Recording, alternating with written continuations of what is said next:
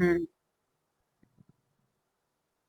have just pressed record. Okay, so one time more.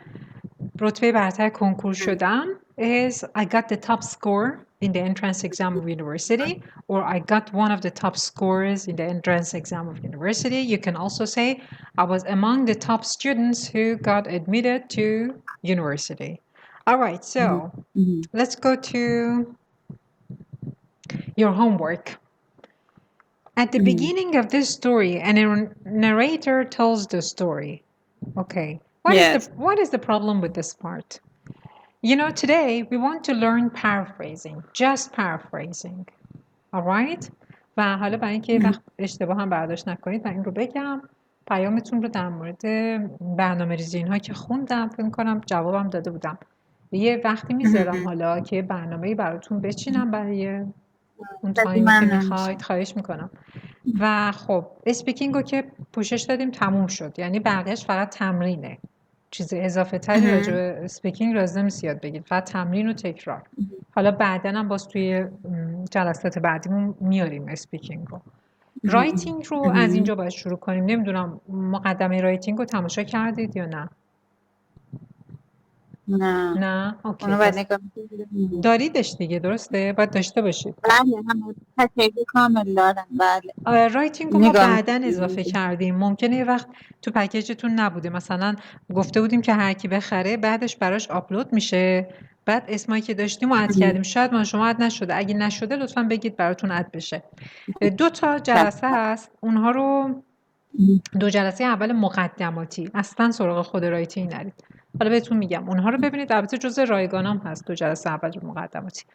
اولش شما باید یاد بگیرید پرفریز کردن رو. این خیلی مهمه. قبل از اینکه بخواید بریم روی رایتینگ تخصصی آیلتس، باید بدونید جملات رو چکار کنید. مثلا به همین جمله اول یه سری ایراداتون که مال اون ماشینی بود که وایس تو ادیت وایس تو تکست انجام داد براتون، یه سری هم خب میدونم که مربوط به خودتونه. اولی رو نگاه کنید. At the beginning of this story and the narrator tells the story. یه ایراد خیلی خیلی رایج و البته کاملا هم طبیعیه در زبان آموزها اینه که رایتینگشون اسپیکینگه. میدونید؟ مثلا دارید حرف میزنید خیلی راحت اینجوری میگید. حتی این نیتیو هم این شکلی میگه. At the beginning of the story, and the narrator tells the story. The narrator is a lady who's blah blah. خیلی عادیه. ایرادی هم نداره تو اسپیکینگ. البته اسپیکینگ آیلتس نباشه، کانورسیشن عادی. ولی الان در قدم اول شما باید یاد بگیرید که جملات رایتینگی شما با جملات اسپیکینگی شما باید فرق داشته باشه. همونطور که برای اسپیکینگتون نباید رایتینگ بنویسید از روش بخونید، بلکه در آن واحد باید اراده کردید حرف بزنید، توی رایتینگتون هم نباید اسپیکینگی بنویسید. برای همین هست که برای اسپیکینگ بهتون وقت اضافه داده نمیشه. همونجا ازتون میپرسن چند ثانیه است، فرصت دارید فکر کنید ظرف چند ثانیه، 1 ثانیه 2 ثانیه صحبت کنید. ولی برای رایتینگ بهتون 1 ساعت وقت داده میشه که بعضی ها معتقدن که از این 1 ساعت 20 دقیقه شو باید اختصاص بدین به فکر کردن. حالا به نظر من خیلی تو ماچه، ولی خب میخوام تاکید کنم برای اینکه چقدر مهمه در مورد رایتینگ وقت به فکر کردن اختصاص بدید. خب جمله اولتون At the beginning of this story and the narrator tells the story. چطوری میتونید این جملتون رو تغییرش بدید تا تبدیل بشه به یه جمله‌ای که جمله رایتینگ باشه واقعا؟ چی میشه؟ هر چی به ذهنتون میرسه بگید بدون هیچ ادیت و سانسوری. اصلا مهم نیست، ایرادم داشته باشه. At the beginning of the story,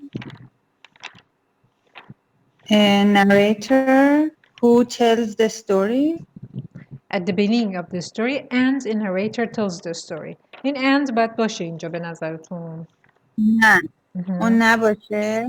خب یک کام باشه narrator who tells the story. خب پس یعنی میگه جملتون این باشه At the beginning of this story a narrator who tells the story بعد نقطه. نه اینجوری At the beginning of the story. خب میدونه. ببینید این جمله‌ای که بخواید بگید At the beginning of the story a narrator tells the story، ایرادش چیه؟ تایپ هم میکنم. At the beginning of the story, a narrator tells the story. تکرار یه چیزیه که نمره ازتون کسر میکنه، اونم به این شکل توی یه جمله 2 تا تکرار. At the beginning of the story بعد دوباره a narrator tells the story. این باید درست شه. چیکارش میکنید؟ At the beginning a narrator tells the story. Very good. این شد. حالا پس اولین جمله رو تبدیل میکنیم به At the beginning a narrator tells the story. جمله خودتونه، فقط تغییرش دادیم، رایتینگیش کردیم. جمله بعدی The narrator tells the story or the story.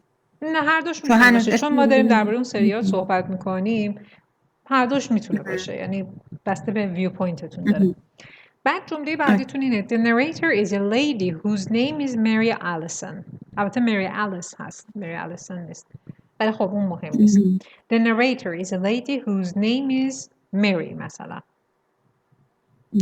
این جمله به خودی خودش درسته، یه جمله‌ایه که توش یه جمله پیچیده هم به کار بردید، کامپلکس، جملات کامپلکس نمره بیشتری دارن، نشون دهنده دانش عمیق گرامری شماست. اما یه نکته خیلی مهمه دیگه، اینها رو یادتون باشه حتما، یا برای خودتون یادداشت کنید یا اگه ذهنتون میمونه که هیچی. علاوه بر این که جملاتی که دارید برای رایتینگ می‌نویسید دونه دونش مهمه، اسپیکینگی نباشه، هر جمله باید در مقایسه با جمله قبل و بعدش هم در نظر گرفته بشه، یعنی ارتباطشون به هم مهمه. جمله رو اینطوری میخونم براتون. اولی رو درست کردیم، گفتیم at the beginning a narrator tells the story. The narrator is a lady whose name is Mary Allison. حالا دوباره یه تکرار داریم. اولا the narrator. چی کار میتونیم بکنیم این تکرار جلوگیری بشه ازش؟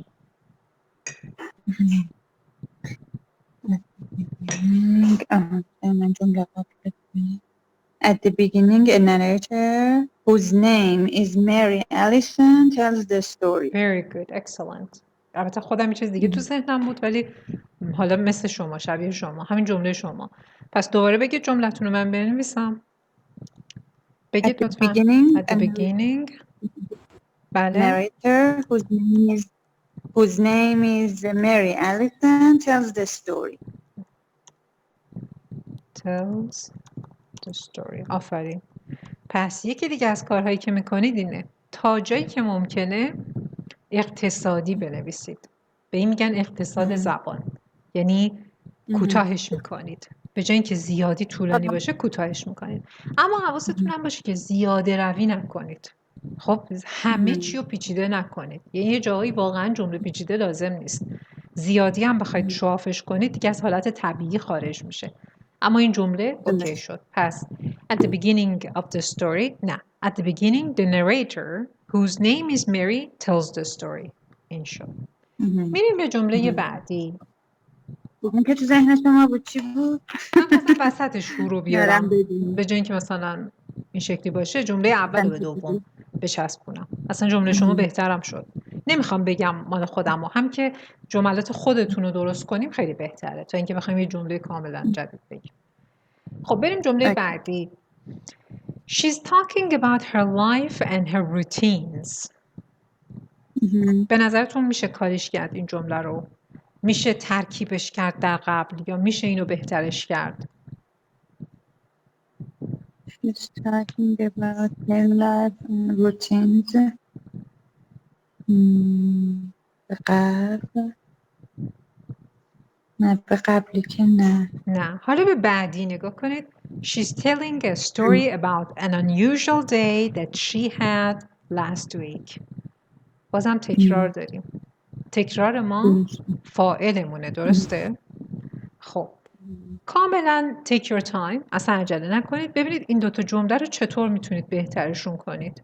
یا حذف میشه یه بخشیش، یا ترکیب میشن، ادغام میشن، تبدیل به یک جمله بزرگتر میشن.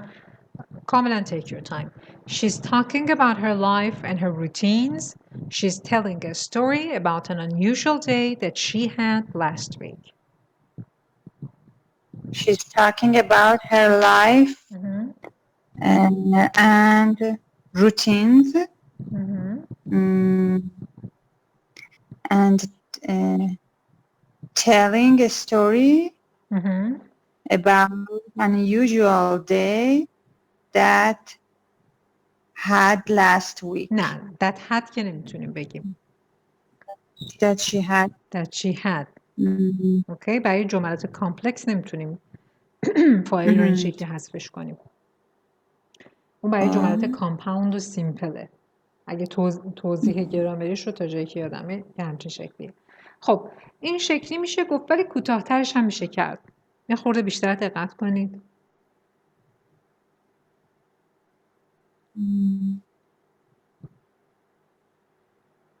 این دوتا جمله رو میشه در هم ادغام کرد، کوتاه‌ترش کرد.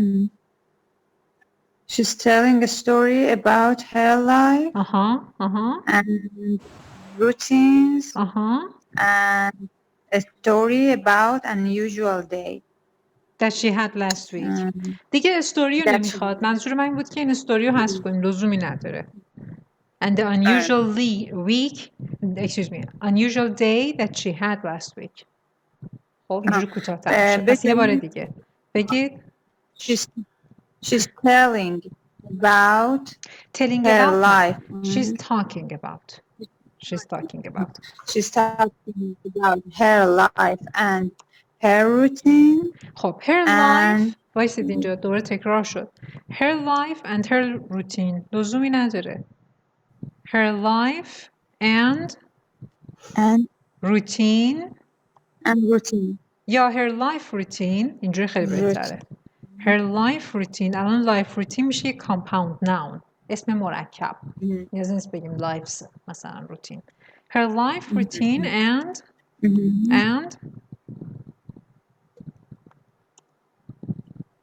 telling نه دیگه دوباره تلینگ نمیدیم همون تا که سر جاشه همون تا که اول داره این رو پوشش میده.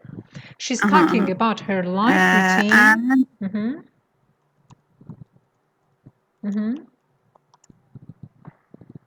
and a story about an unusual day that she had. شیرین جان الان خودکار کاغذ اینا دم دستتون هست؟ بله. خب اینو یادش کنید این که دارید به من میگید چون تمرین رایتینگ هم هست حواستون پرت شد الان یه چیز دیگه گفتید از اول بگید she's talking اگه فکر کنید مثلا یه جایی یادتون میره بنویسید از روش بخونید. من همین جملتون رو اینجا من کپی میکنم ببینید توی چت باکس رو میتونید ببینید شما الان. خب آره این چت باکس رو ببینید. She's talking about her life and her routines. She's telling a story about an unusual day that she had last week. اینو داشتیم درست میکردیم. She's talking about her life's routine. نه ببینید life routine یه compound nounه. compound noun ها اسم های مرکبن یعنی مالکیتشون رو فقط با کنار هم بودن نشون میدن نیازی به آپاستروفی اس مالکیت نیست. اوکی پس لایف روتین میشه روتین زندگی روال روتین زندگی به همین شکل لایف روتین نمیخواد. اوکی لایف روتین and a story about an unusual day that she had last week. پس جملتون می‌نویسم. حالا یه نکته دیگه اینجا رو درست گفتید و یه نکته مهم دیگه‌ای که باید در مورد رایتینگ بدونید این هست که توی رایتینگ آیلتس و کلاً رایتینگ که رسمی حساب میشه از مخفف‌ها استفاده نکنید. همونطوری که توی اسپیکینگ از مخفف‌ها استفاده کردن خوبه و نشون دهنده تسلط شماست برعکسش توی رایتینگه. یعنی اگه بخواید مخفف بنویسید یعنی متوجه رسمی بودن رایتینگ آیلتس نشدید. فقط زمانی که آیلتستون جنرال باشه تسکه 1 باشه و تسکه 1ش هم نامه دوستانه باشه میتونید مخفف بنویسید. در غیر این موارد همه رو کامل و فول فرم بنویسید. پس she's talking ننویسید she is talking. پس می نویسیم she is talking about her life routine بعد چی بوده؟ And the unusual day she had last week. اینجا در واقع بوده and the unusual day that she had last week. این that رو حذفش کردیم. این حذف‌ها ایرادی ندارن. خب با مخفف اشتباه نگیرید. خب پس این شد از این جمله. جمله بعدی. This story is about last Thursday. اینو چطور میتونید درستش کنید؟ last week بزنم last Thursday. She's talking about her routine. The unusual day that she had last Thursday. آفرین. پس she's talking about her life routine and the unusual day that she had last Thursday. جمله بعدی. In the morning. بذارید من این دوتا رو بنویسم. کپی کنم.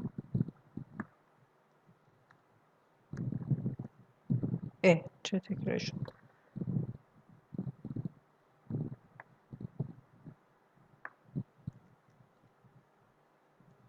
خب میبینیدش؟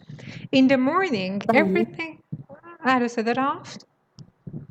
الو؟ نه خوبه. خیلی خوب. نکنید in the morning این جمله بعدیتونه. In the morning everything was normal as all days.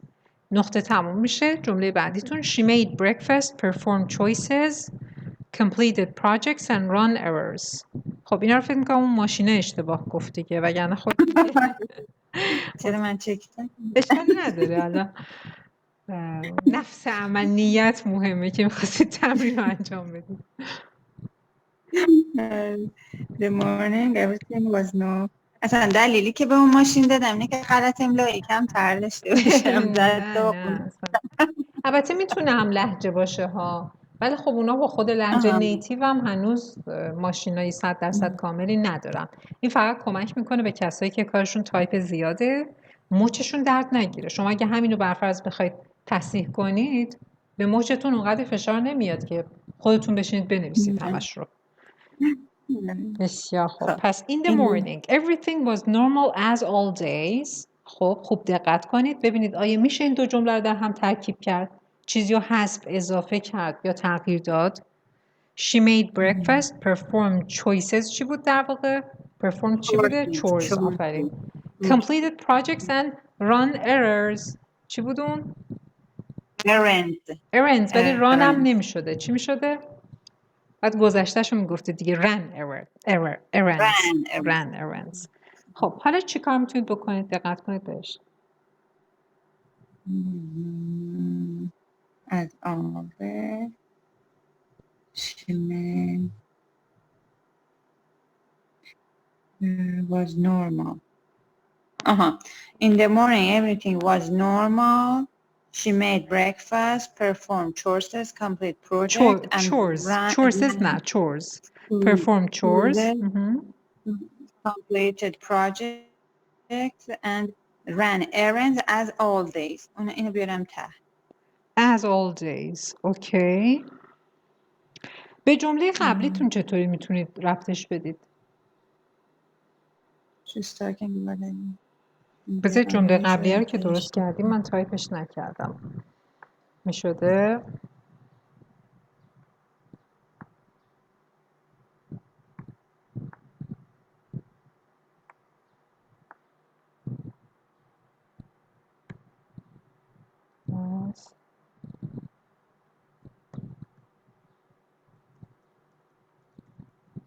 روزای هفته حرف اولشون کپیتال باشه. اینا توی دیکت مهمه. توی رایتینگ رعایت نکنید نمره کسر میشه. خب این شد جمله قبلیتون.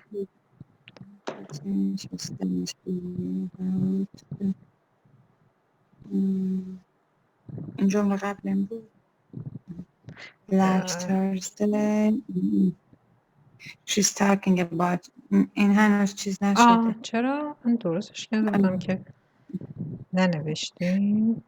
دوباره میرسم.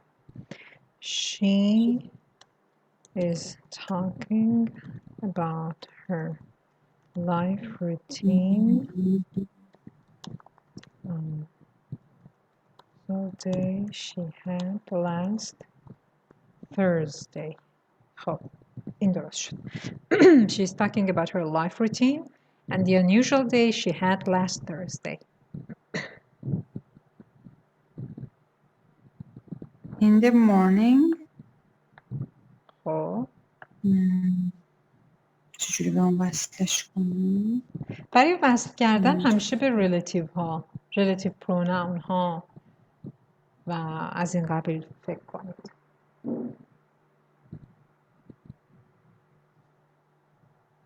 Which she made. which خالی نمیشه. یه خورده دقت کنید.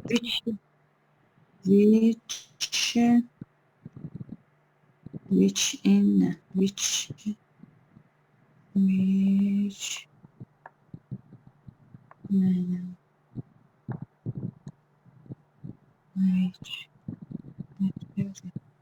which in نه ولی نزدیک شدید.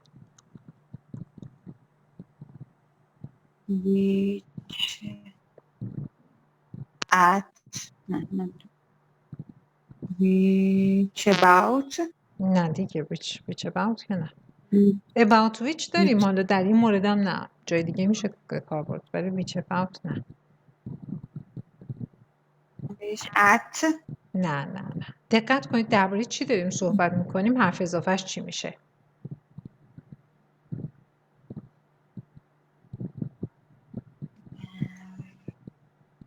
Thursday چیه؟ یه روزه. حرف اضافه روزها تو انگلیسی چی میشه؟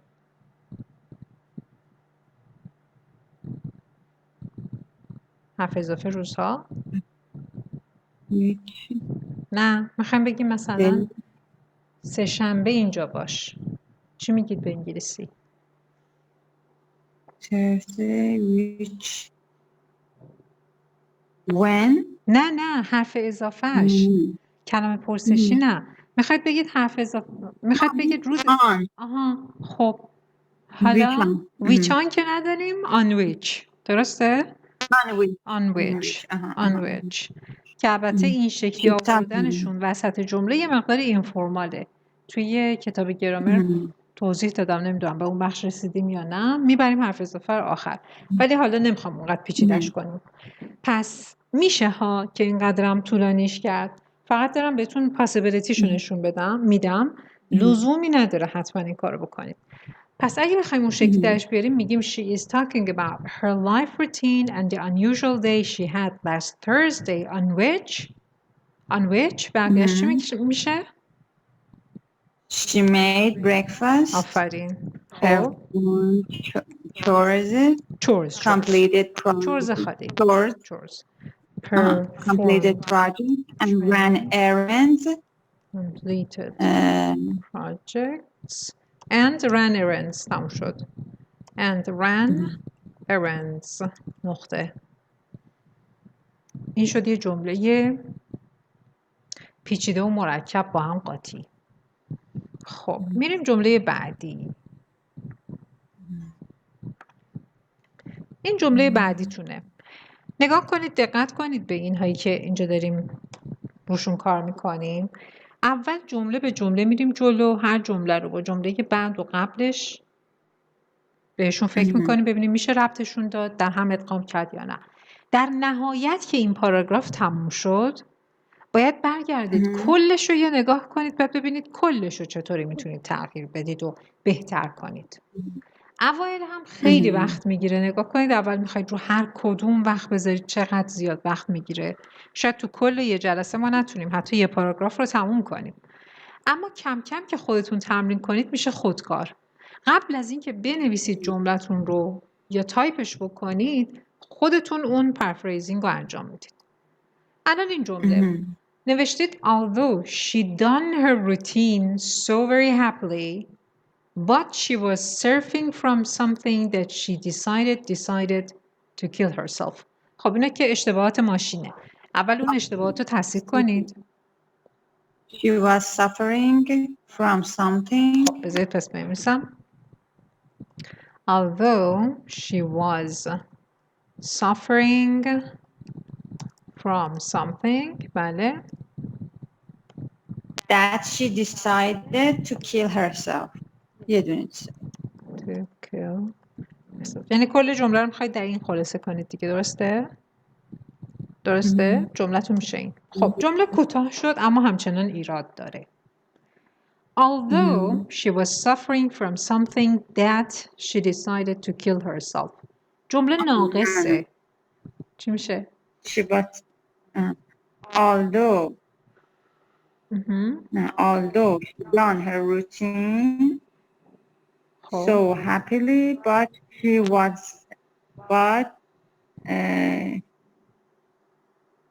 مثلا she رو حذف کنیم. نه. She was suffering from something that she decided to kill herself. نه ایراداش زیاد شد. بذارید به یکی دو تا ایراد که میدونم نمیدونید خودم اشاره کنم، بعد بقیه‌اش رو درست کنید. یکی از چیزایی که نمره ازتون ممکنه کسر کنه توی رایتینگ آیلتس علائم نقطه ویرگوله. البته نقطه ویرگول اسمشه ها، وگرنه سمیکالن و اینا همشون جزو این علائم. although چی حساب میشه توی گرامر انگلیسی؟ یک subordinating conjunctionه. درسته؟ subordinating conjunction ها وقتی ابتدای جمله می اومدن بعد از اون که چیزه کلازه باید یه دونه ویرگول میذاشتیم، یه کاما میذاشتیم. فکر کنید جملتون رو با when, while, as, although, because شروع کردید. اون کلاس که تموم بشه باید ویرگول بذاریم. جان؟ قبل از بات باید یه ویرگول بود. Although she was suffering from something that she decided to kill herself. قبل از چی فرمودید؟ متوجه شدم. بات. اون دومین ایرادشه. اون دومین ایراده. although در خودش یک بات نهفته داره. آوردن بات در جمله‌ای که although ابتداشه اشتباهه. نمره ازتون کسر میشه. وقتی میگیم اگرچه یعنی اما هم بعدش هست. پس نگیم اما. نباید. حشفه. redundant. پس although she was suffering from something. پس جمله رو اینجوری می‌نویسیم. Although she was suffering from something. یک کاما میذاریم. حالا ادامه She decided to kill. She That's نمیخواد بگیم. آره دیگه اصلا من نمیدونم دتو چرا گفتید شما. نه جدی میخوام بدونم چرا گفتید. اون چی تو ذهنتون بود این دتو گفتید؟ اصلا مفهومی نداشت اینجا. Something that نمیدونم اون موقع چی بکردم. شاید ترجمه کردید. مثلا با این که تو ذهنش با این که از چیزی رنج می‌برد که خواست مثلا خودش رو بکشه. شاید نمیدونم. خب پس چی بنویسم؟ میشه although she was suffering from something decided to kill herself. نه باز اون اراده رو دارید تکرار میکنید. فاعل رو حذف نکنید. although she was suffering from something کاما she دوباره she رو باید بیاریم اینجا. جمله‌مون کامپلکسه. توی جمله کامپلکس که نمیتونیم فاعل رو حذف کنیم. She decided to kill herself. آفرین. To kill herself. پس جمله نهایی صحیح شدین. Although she was suffering from something, she decided to kill herself. Herself شده herself نوشتم. از نظر گرامری الان این جمله درسته و این یه بخش ماجراست توی رایتینگ. اما توی رایتینگ مفهوم هم مهمه. جمله‌تون باید معنا بده. فقط گرامر مهم نیست. محتوا هم اهمیت داره. اصلا مفهومی داره به نظرتون؟ میتونیم بگیم با این که داشت از چیزی رنج میبرد خودش رو کشت؟ اون وقت باید به برعکسش فکر کنیم. یعنی مثلا اگه کسی فقط خودش رو میکشه که از چیزی رنج نبره. مثلا این مفهوم رو داره میرسونه. من اینو می‌خواستم بگم با اینکه اون روز خیلی خوشحال بود کارشو با خوشحال انجام داد. خب پس اصلا اینو نگفتید که سافر که اصلا خوشحالی نیست. یادتون رفته دوباره. But she was suffering اما یه چیزی آزارش میداد که تصمیم گرفت خودشو بکشه. خب پس باید اینو درستش کنیم از اول. نگاه کنید به اون جملتون. گرامر این بخش رو درست کردیم. بریم بخش مفهومش. although مثلا اینجوری بگم although she did her routines دوباره روتین رو داریم تکرار میکنیم. نه، از تکرار پرهیز کنید. although حالا اینجا هنر پرفریز کردن رو نشون میدید. دنبال یک معادل برای کلمه روتین نباشید. شاید بتونید جمله رو پرفریز کنید. به جای اینکه بگید روتین هاشو خوب انجام داد، خوشحال بود، دیگه چطوری میتونید این مفهوم رو برسونید؟ خیلی ساده تر. اصلا دنبال یه چیز عجیب نباشید. She did everything. She did everything well. میتونید بگید she did everything well. یا میتونید بگید although she had a good day. هر چیزی میشه گفت. جمله خودتون رو میگم. although she did everything. یه ادورب هم اینجا اضافه کنیم. She did everything so well. حالا یه کاما میذاریم. بعد ادامهش چی میشه؟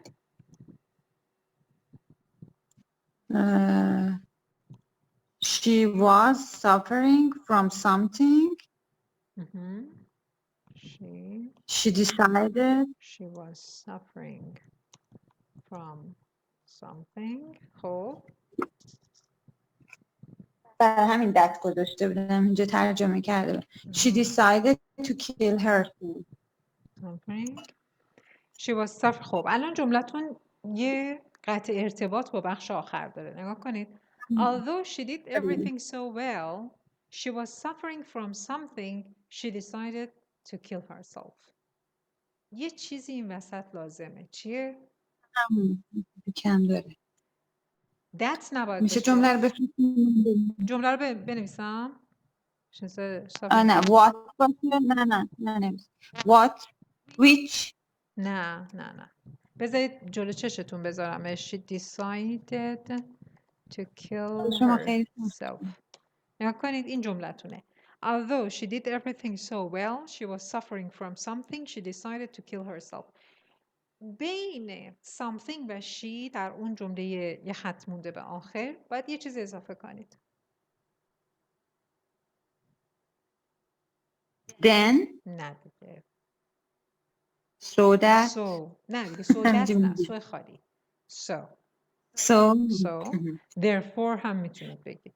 پس although she did everything so well,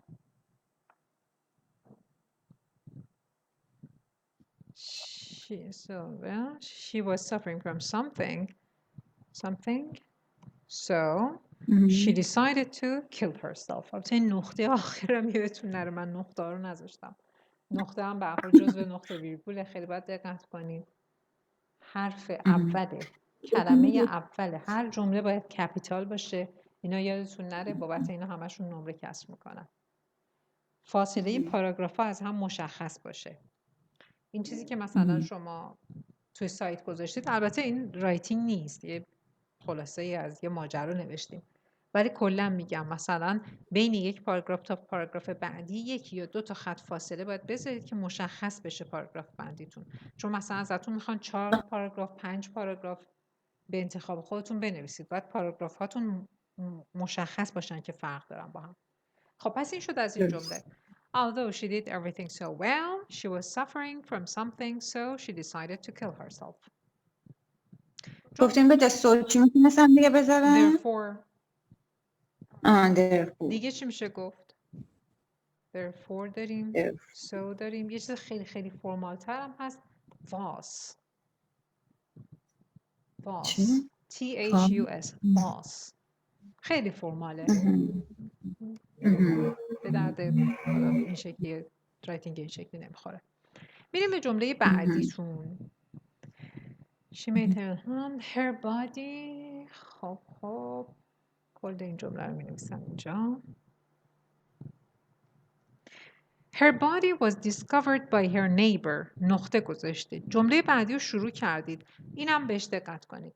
نقطه که میذارید، البته من نمیدونم رایتینگتون چجوریه، شاید این مشکل ماشین بود و مشکلی از این نظر نداشته باشید، ولی میگم نقطه که میذارید حتما فاصله باشه. بعد جمله بعدی شروع بشه. این فاصله اینا همش جزء نمرات رایتینگتون حساب میشه. بعد تی دا رو اینجا small نوشتید. The neighbor who discovered her body named Martha هوبرت نبوده. بعد نوشتید میسیز هوبرت. خب اینجا رو خودتون یه نگاه بکنید بدون راهنمایی، من ببینم چی می نویسید. Her body was discovered by her neighbor whose name is Martha Hubert. خب وایسید همینجا. Her body was discovered by her neighbor. بعد گفتید whose name was Martha. تا همینجا ختمش میکنیم. خب پس گفتید her body was discovered by her neighbor whose name was Martha. Whose name was Martha. از این کوتاه‌تر میتونید بکنید این جمله رو. بهتون یه هینت میدم. بخش whose name was Martha رو میتونید کوتاه کنید.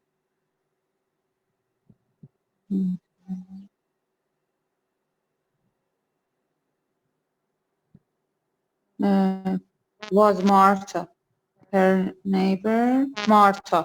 دیگه اینا نذار. یعنی چی بگید؟ جمله رو بگید خودتون. Her body was discovered by her neighbor Martha. آفرین. اینم خیلی خوبه. البته باید یه ویرگول بذارید. این شکلی میشه. Her body was discovered by her neighbor ویرگول یا کاما مارتا نقطه. یه مدل دیگه هم میشه گفت. فکر کنم خودتون یه جا اینجا نوشته بودید called. با called چطوری میتونید بگید؟ Her body was discovered by her neighbor. چجوری میتونید بگید؟ called مارتا. آفرین. دقیقا. خب حالا بقیه جمله رو درست میکنیم. Her body was discovered by her neighbor called Martha.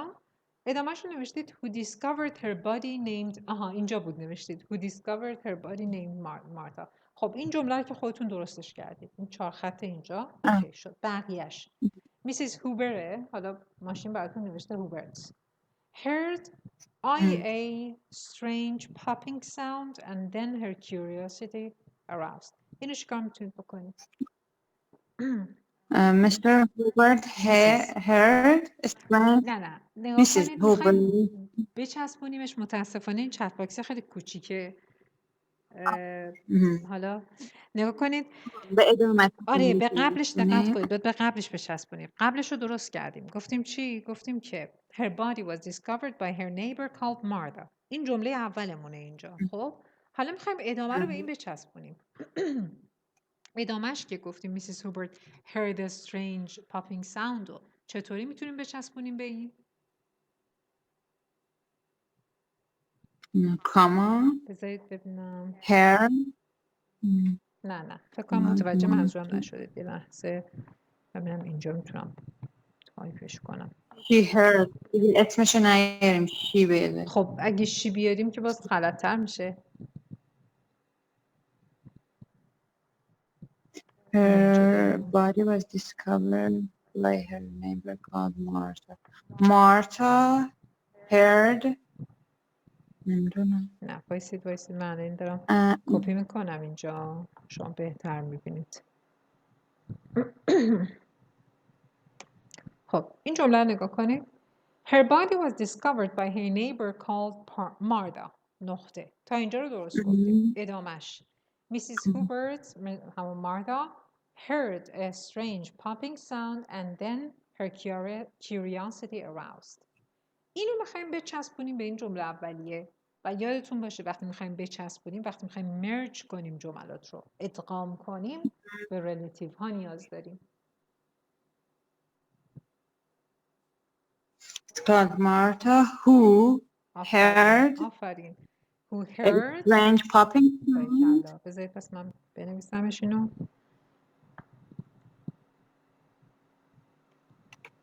Martha who heard a strange popping sound. خب and her نه اینو اول خودتون نوشتید. این خیلی ساده است، این معمولیه. همچنان ریلیتیوش کنید. آها تا اینجا رو خوب گفتید. Her body was discovered by her neighbor called Martha who heard a strange popping sound. یه دونه relative pronoun بیارید اینجا.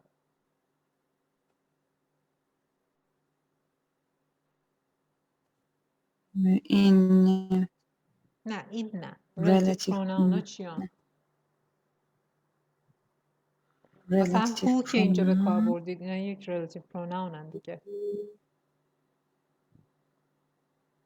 which آها which چی؟ آها which her curiosity aroused. نه which به جای popping sound اومده. which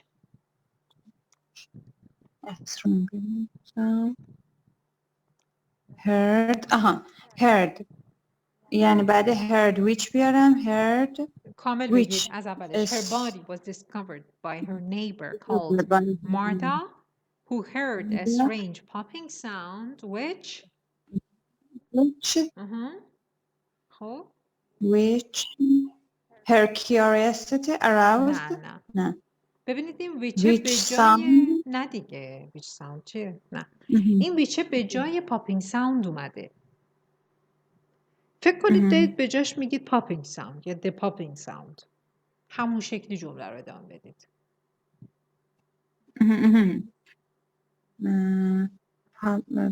which allows her curiosity. آفرین. وقتی which جای اون میاریم پس بقیه جمله هم یه طوری باشه انگار اون اومده، انگار popping sound اومده. پس جمله درستش اینه. در هم مرجش کردیم. Her body was discovered by her neighbor called Martha who heard a strange popping sound which aroused her curiosity. خب این یه جمله کامپلکس بزرگه و صحیحه. بریم بعدی. این جملتونه. بذارید کپی پیست کنم. خب این جمله. After the funeral, all the residents of Mysteria Lane. اینو ماشین اشتباه نوشته یا خودتون نمیدونستید؟ خودم نمیدونستم. البته این ایرادیه که ایراد خوبی بود چون یه مشکل لیسنینگ رو نشون میده. نگاه کنید خواستگاه ام مثل اول mystery و W توی زبان انگلیسی یکیه. یعنی خیلی وقتا که شما چهره و لب و دهن گوینده رو نبینید ام و دبلیو رو صداشون رو با هم اشتباه میگیرید. اسم اونجا ویستریا لینه. ویستریا بله. شما میستریا میشنویدش. ویستریا. یه دختری داره گابریل، دختر کوچیکه. اسمش چیه یادتون هست؟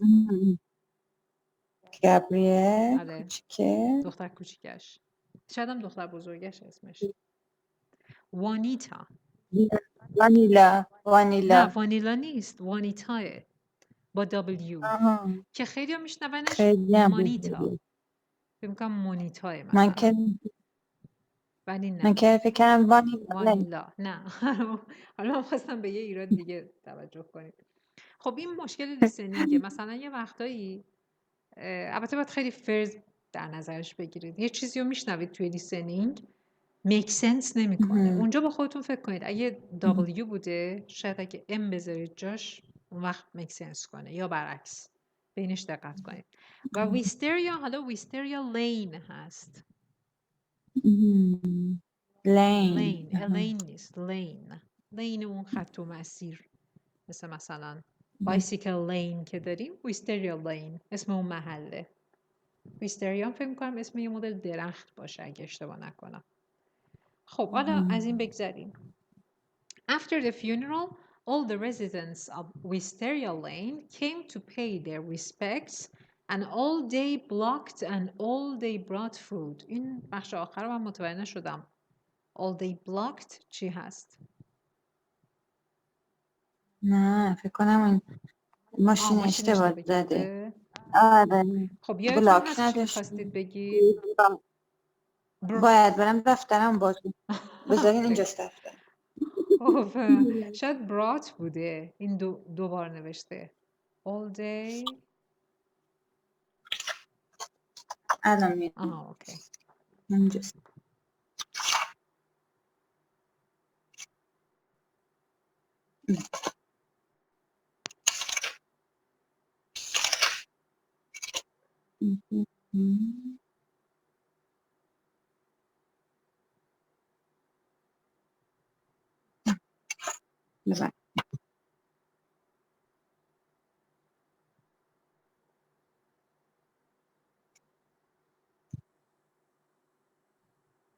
دفتر من آخه دفتر همه چی هست.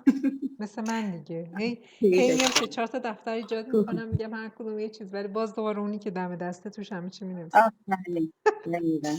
خب پیداش کرد. After the funeral, all the residents of Wisteria Lane came to pay their respect and all they brought food. خب پس ماشینه اومده 2 تا جملهش کرده. And all they brought. they منظورتون ضمیر فاعلی سوم شخص جمع دیگه، درسته؟ they اون بوده، نه دی روز، ولی این دی روز تایپش کرده. خب پس بذارید اینو درست کنیم. After the funeral, all the residents of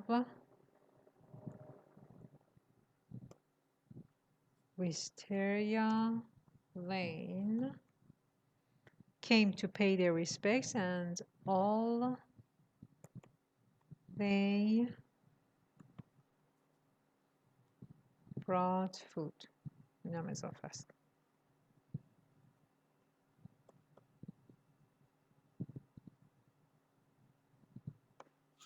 خب نگاه کنید به این جمله. After the funeral, all the residents of Wisteria Lane came to pay their respects. این خوبه که بتونید. الو صدا میاد؟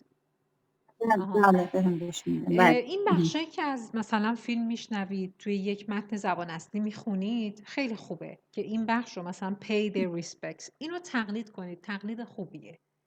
بعد از مدت اصلا خودتون یادتون میره ولی اون استراکچر تو ذهنتون میمونه. این خیلی خوب بود. To pay their respects and all they brought food. این قسمت یه ایراد گرامری داره قبل از هر چیز. All they brought food. اینو چجوری درستش میکنید؟ And all they and all of them. باریکلا. all of them. all of them یه مدلشه. یعنی یه بار میتونید بنویسید all of them. بایستید یه مدل کوچولوترم داره. تا من تایپش کنم ببینید به ذهنتون میرسه. دیگه چی میتونید بگید؟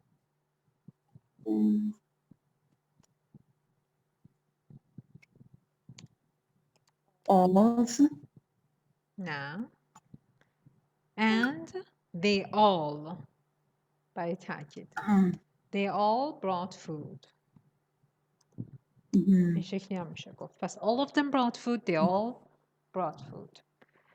After the funeral, all the residents of Wisteria Lane. خب این هم یه جمله خوبی بود که نوشتید. به جای اینکه مثلا جمله رو با فاعل شروع کنید، after the funeral adverb رو آوردید. اینم خوبه. After the funeral, all the residents of Wisteria Lane came to pay their respects and they all brought food. این 2 تا تیکه آخر جمله رو چطور میتونید در هم ادغام کنید که هم قشنگتر بشه هم اقتصادی تر؟ 2 تا جمله آخر. After the funeral, all the residents and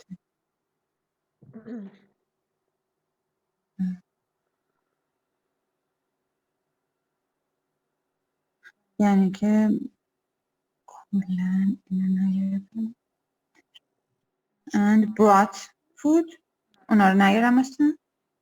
این هم یه مدلشه. To pay their respects and brought food. دیگه چی؟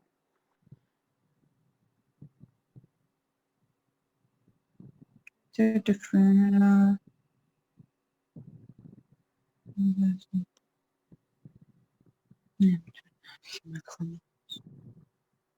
خب بهتون یه هینتی میدم.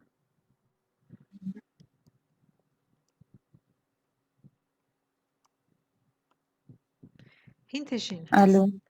جمله‌ای که مرکب باشه، جمله‌ای که کامپاوند باشه، and باشه اون وسطش، چند تا جمله‌ای که با and به هم پیوند پیدا میکنن، باید دو طرفشون با هم بخونه.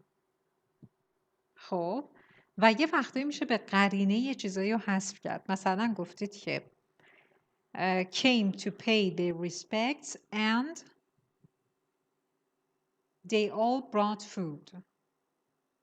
این came to، این came هم برای respect میتونه باشه، هم برای bring food. یعنی میتونه برای هر دو باشه. یعنی میتونستید بگید after the funeral all the residents of Wisteria Lane came to pay their respects and bring food. این came to میشه در واقع به قرینه حذف شده برای این بخش آخر. اونی که شما گفتیدم میشه کوتاه‌تر میشه. هر دوش درست. خب بریم جمله آخری. این جملتونه. The first one who introduces by Mary Allison is Lynette Nescavo. البته اسمو اشتباه نوشتید. اینو هم اشتباه شنیدید یا ماشین اشتباه کرد؟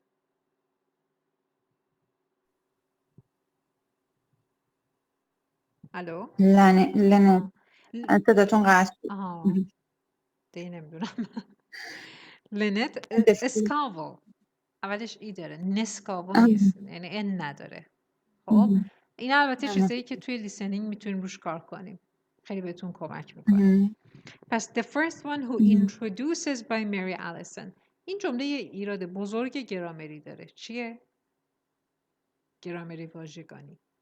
به همین introduce برمیگرده. Who is introduced. مجهول بدیم. باریکلا باید مجهول.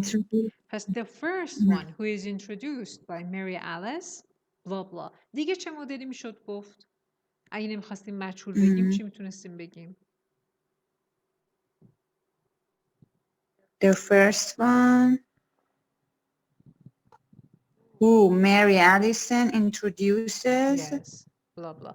Mary Alice ها. Mary Allison من جایی ندیدم، نمیدونم. شما الیسن دیدید؟ من خودم دقت کردم توی فیلم همش الیس بوده. حالا یه وقتایی هم حالا منم اشتباه میشنوم، واسه این میگم. جان؟ تو مغز من وقت یه چیزی داری برای خودش شکل. نه برای همه از فقط شما نیستید. The first one شما گفتید who is introduced by Mary Alice is Lynette. دیکته اسمش اینه. اسکاوو. اسکاوو. فکر می‌کنم اولش ای بود. اسکاوو. حالا مطمئن نیستم. خب اولا که مشهور خیلی خوبه. یکی از چیزایی که میشه باش نمره آورد این هست. تا جایی که میشه نه زیاده روی، ولی تا جایی که میشه به جای معلوم مجهول بگید.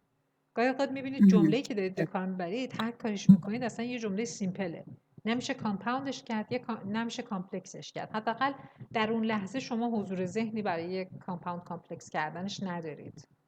اینجا میتونید مجهول کنید. اینجوری هی به خودتون امتیاز بدید. توی اسپیکینگ برخلاف توی رایتینگ برخلاف اسپیکینگ به جمله‌تون باید دقت کنید. خیلی تزیین کنید جملاتتون رو و خوشبختانه وقت هست براش. بسیار خوب. بخش اول شد. The first one who is introduced by Mary Alice is Lynette Escavo. بقیه‌اش شاید هم Escavo. بقیه‌اش she has a great family and her husband name is Tom and she has 4 kids. خیلی زیادی طولانی شد و جملات ساده. چه کارش میکنید؟ She has a great family with 4 kids. She has a great family. کافیه. خب اینطوری فقط حذف کردید. من میخوام با حفظ همه این مسائل درستش کنید.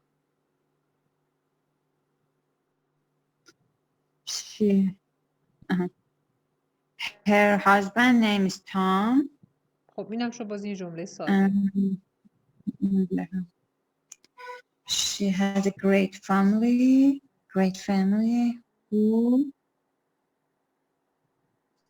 Whose husband نه وقت یعنی مثلا هازبند مال کل فامیلیه. نه اصلا این مفهوم نمیده.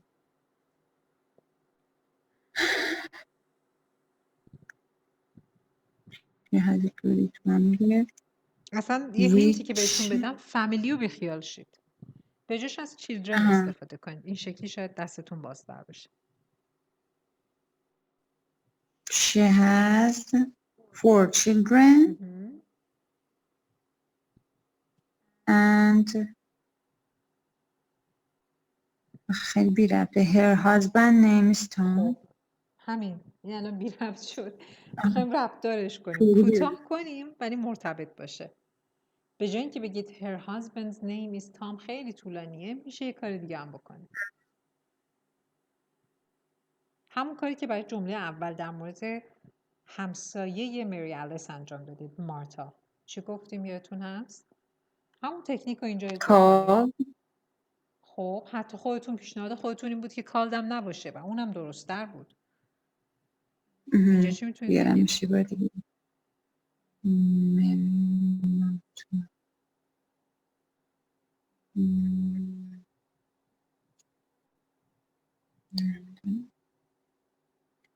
She has a great یه راهنمایی میکنم.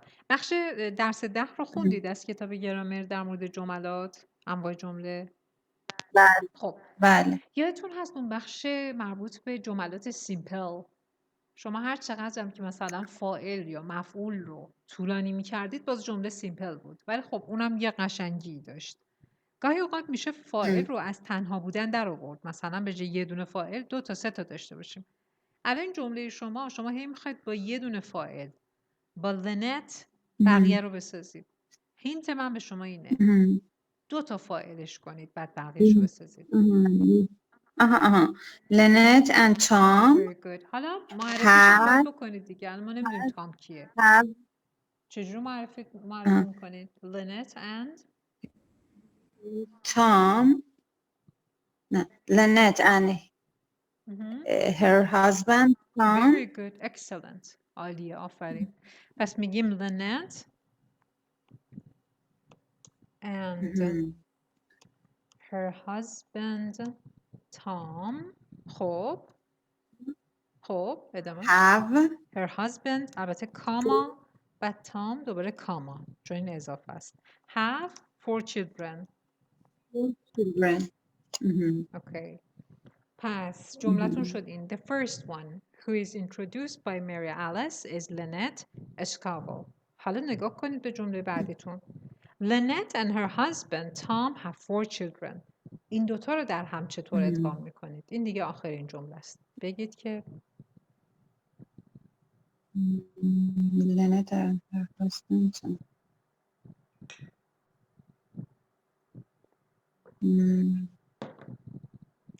یادتون باشه هر وقت صحبت ادغام کردم به relative clause ها دقت کنید و relative pronoun ها. اونا رو باید بیارید وسط. چی تکرار شد؟ از تکرارش با یک relative pronoun جلوگیری کنید. تکرار شد لنت. آفرین. لنت تکرار شد. چجوری از تکرارش جلوگیری کنیم؟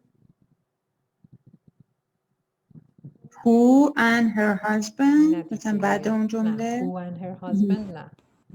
یه خورده دقت کنید بهش، بذارید کنار هم بنویسم براتون. اینجوری بهتره. این شد جمله. The first one who is introduced by Mary Alice is Lynette Scavo. Lynette and her husband Tom have 4 children.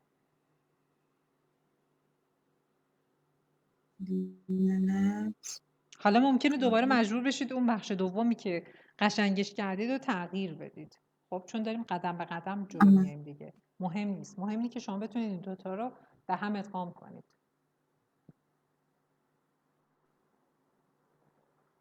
یه مقداری ترکیه و ممکنه ورد اوردر رو تغییر بدید. من این هینت آخری که بهتون میدم، وقتی میگم ورد اوردر رو تغییر بدید یعنی ترتیب کلمات. یهو اون چیزی که گذاشتید وسط رو دیگه دارم خیلی راهنمایی میکنم، ممکنه مجبور شید ببرید ته جمله که ترتیب درست باشه. هو هم درسته، هو هم باید بگید. حالا ببینید چه کارش کنید. The first one who was introduced by Mary Allison. Allison. It's Miss Cabo who have 4 children. آفرین. خب 4 children. خب And نه her husband Tom. نه دیگه اصلا 2 children. آها این تهش مهمه. 2 children. یه هینت دیگه هم بهتون میدم. توی انگلیسی اینو قبلا نه اصلا اون شکلی نیست. خیلی ساده تره. توی زبان انگلیسی اینو فکر می‌کنم یه جایی توی یه کلاس روزنامه داشتیم اگه اشتباه نکنم. میخوایم بگیم فلانی اون خانم از این آقا مثلا 2 تا بچه داره. چی میگیم به انگلیسی؟ اینجوری بلد نیستم. از این آقا 2 تا بچه. ما تو فارسی میگیم نه دیگه نه ترجمه نمی‌کنیم. از with استفاده می‌کنیم. حرف استفاده with. مثلا she has 2 children with him. خب حالا که دیگه همشو گفتم که حالا این جمله رو درستش کنید ببینیم چی میشه. میشه the first one who is introduced by Mary Alice is Lynette Nescavo who have 4 children with who has 4 children with Tom. With her husband Tom. چون دوباره داریم husband رو معرفی میکنیم نمیدونیم کیه که. درسته؟ With her husband. 4 children with her husband Tom. خیلی خوب نگاه کنید. این شد جمله نهایی.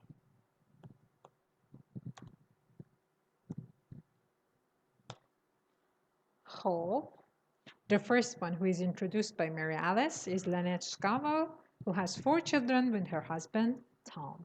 اوایلش شاید براتون سخت باشه اما کم کم دیگه ساختن این جملات براتون عادی میشه.